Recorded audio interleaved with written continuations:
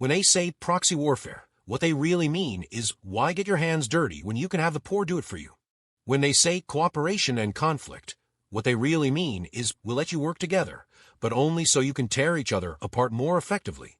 When they say emotional burden, what they really mean is psychological shrapnel that will pretend you can just walk off. It's rather like calling a gunshot wound a bleed-based inconvenience. When they say identity reconstruction, what they really mean is we'll break you down so thoroughly that whatever you build from the pieces will serve our purpose. It's rather like calling amputation a limb optimization procedure. When they say collective unconscious, what they really mean is we found all your pressure points, and we're going to keep pushing them for entertainment.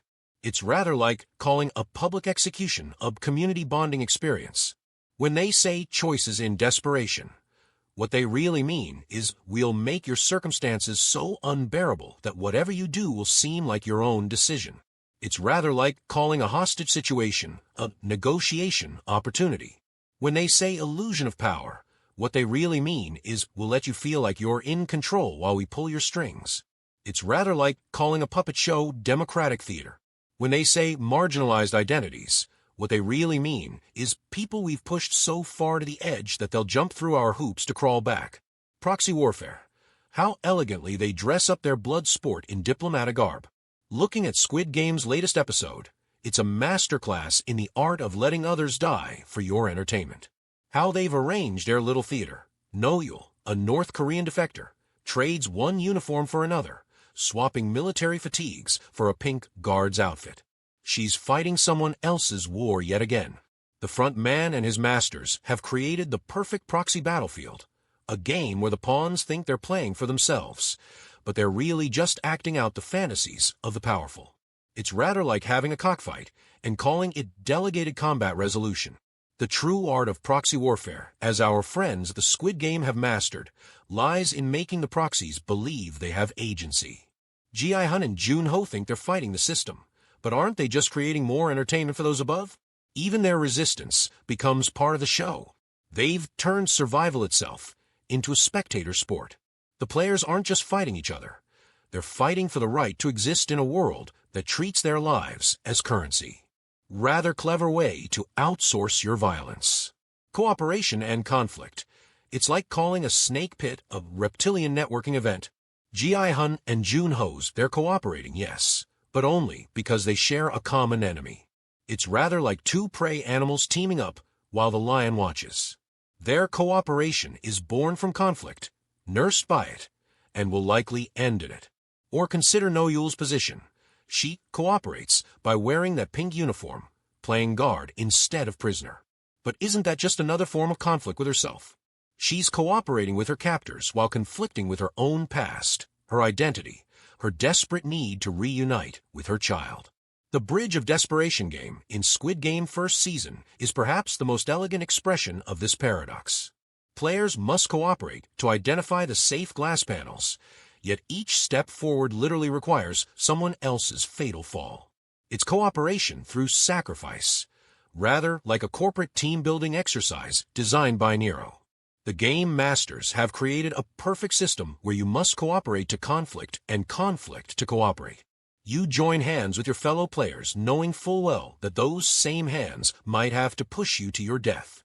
How they've turned mutual destruction into such a cooperative activity. Emotional burden. Such a polite way to describe the invisible anvils they've strapped to everyone's souls. Noyul, our North Korean defector turned pink-suited puppet. They say she carries an emotional burden, as if she's merely lugging around some heavy shopping. What she really carries is an ocean of guilt in a paper cup, a child left behind, a past life abandoned, and now a new uniform that makes her both keeper and prisoner. Rather like being asked to guard your own prison cell.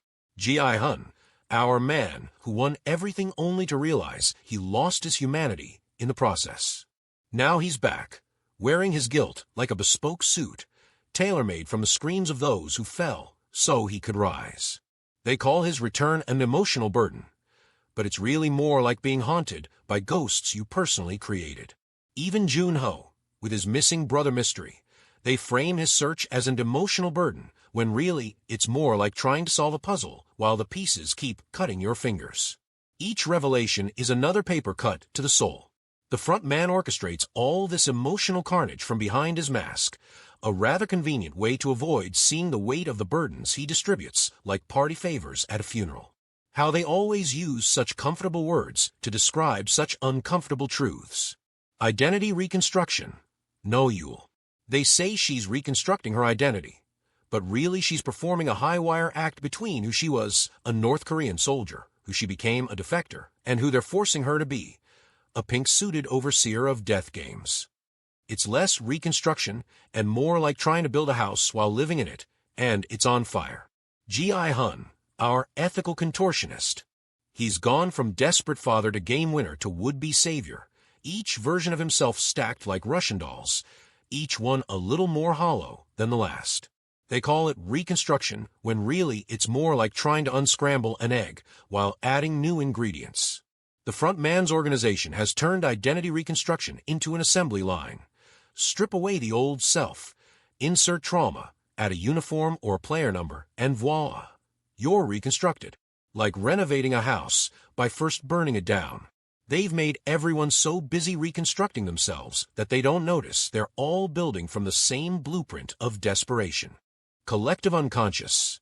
How scholarly they make shared trauma sound.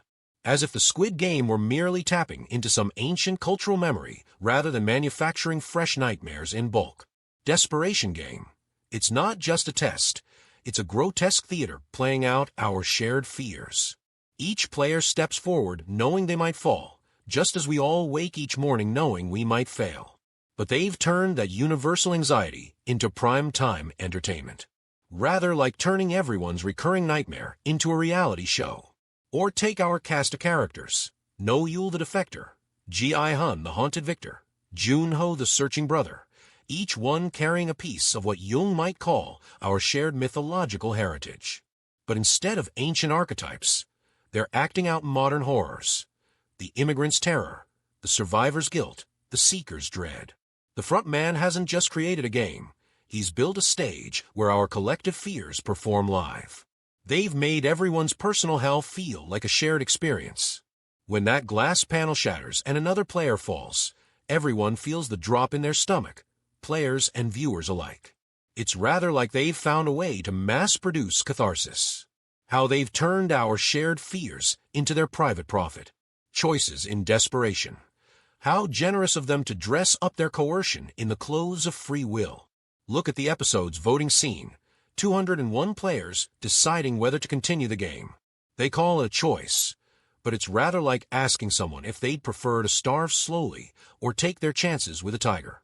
When your options are between certain misery and probable death, is it really a choice at all? No Yule, North Korean defector turned pink-suited overseer. They say she chose to become a guard, just as she chose to leave her child behind. But when every path leads to some form of loss, it's less like making choices, and more like picking which limb you'd least mind losing. Or consider Ji-hun's choice to return to the game.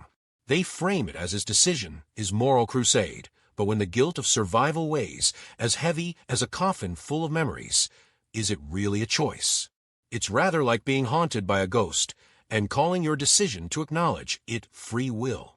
They've turned desperation itself into a form of consent. You chose to be here, they can say, as if a drowning person chooses to grab at straws. How they've managed to make their victims feel responsible for their own torture. Illusion of power. How cleverly they've dressed up powerlessness in a costume of control.